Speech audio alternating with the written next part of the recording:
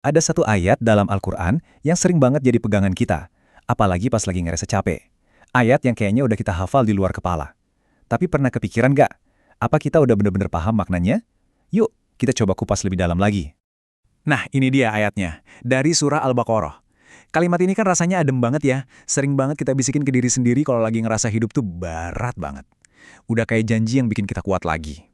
Biasanya, kita langsung mikir, oh, ini jaminan nih, apapun cobaannya, pasti aku sanggup lewatin. Dan itu emang bener, sebuah pesan yang sangat menguatkan kan?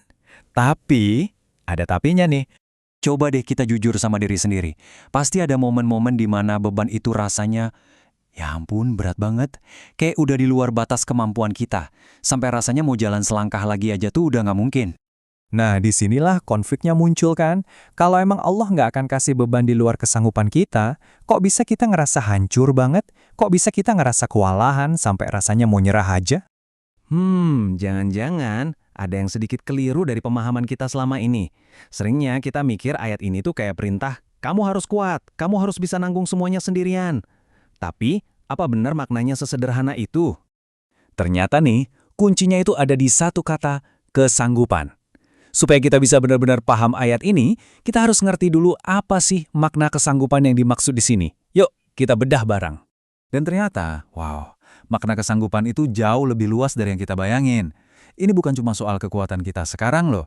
Bukan cuma soal mental atau fisik kita hari ini. Coba lihat di rinciannya. Kesanggupan kita itu ternyata termasuk potensi kita buat berkembang nanti. Dan ini yang paling penting, kesanggupan itu juga termasuk akses kita buat minta tolong.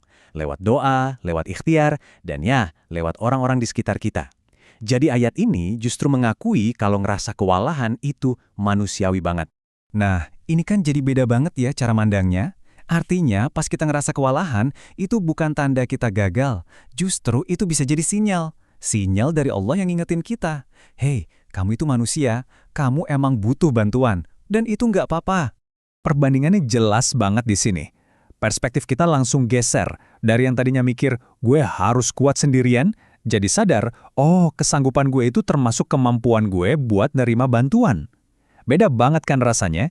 Yang satu rasanya berat jadi beban, yang satu lagi rasanya lega. Jadi dengan cara pandang baru ini, ayat yang sama jadi punya rasa yang beda. Bukan lagi kayak perintah yang bikin kita tertekan, tapi jadi sebuah janji yang menenangkan banget.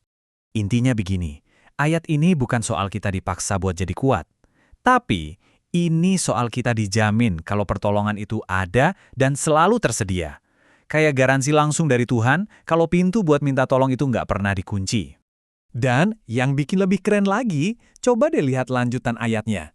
Lanjutan ayat ini tuh isinya doa, permohonan, minta keringanan. Seolah-olah Al-Quran tuh lagi ngajarin kita langsung. Kalau bebanmu berat, langkah pertama kamu ya angkat tangan, berdoa, minta tolong. Jadi pembahasan ini ninggalin kita sama satu pertanyaan buat direnungkan baik-baik. Gimana kalau rasa lelah yang kita alami itu sebetulnya bukan tanda kita lemah?